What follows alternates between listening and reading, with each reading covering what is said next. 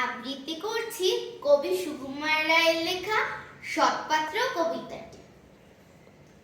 শুনতে পেলুম পোস্তাকি তোমার নাকি মেয়ের বিয়ে, গঙ্গারামকে পাত্র পেলে, জানতে চাও সে কেমন ছেলে? মন্দ নয় সে পাত্র ভালো, রং যদিও বেজায় কালো, তার উপরে মুখের গঠন অনেকটা ঠিক পেঁচার মতো। বিদ্যে বুদ্ধি বলছি মশাই, ধন্যী ছেলের অধ্যবসায়। 19 বার ম্যাট্রিকে সে ঘায়েল হয়ে থামলো শেষে। বিষয় আসার গরিব বেচার, কষ্টে সৃষ্টে দিন চলে যায়।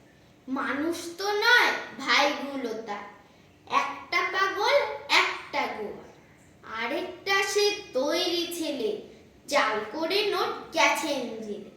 কনিষ্ঠটি তবলা বাজায়, যাত্রা দলে 5 টাকা। গঙ্গারাম তো কেবল ভোগে পিলের জ্বর আর পাণ্ডুরোগ, কিন্তু তারা উচ্চ ঘর, কংসরাজের বংশধর। শ্যামলাহিরি বনগ্রামে কি যেন হয় গঙ্গারামের, যা হোক এবার পাত্র পেল, এমন কি আর মন্দ ছেলে। নমস্কার।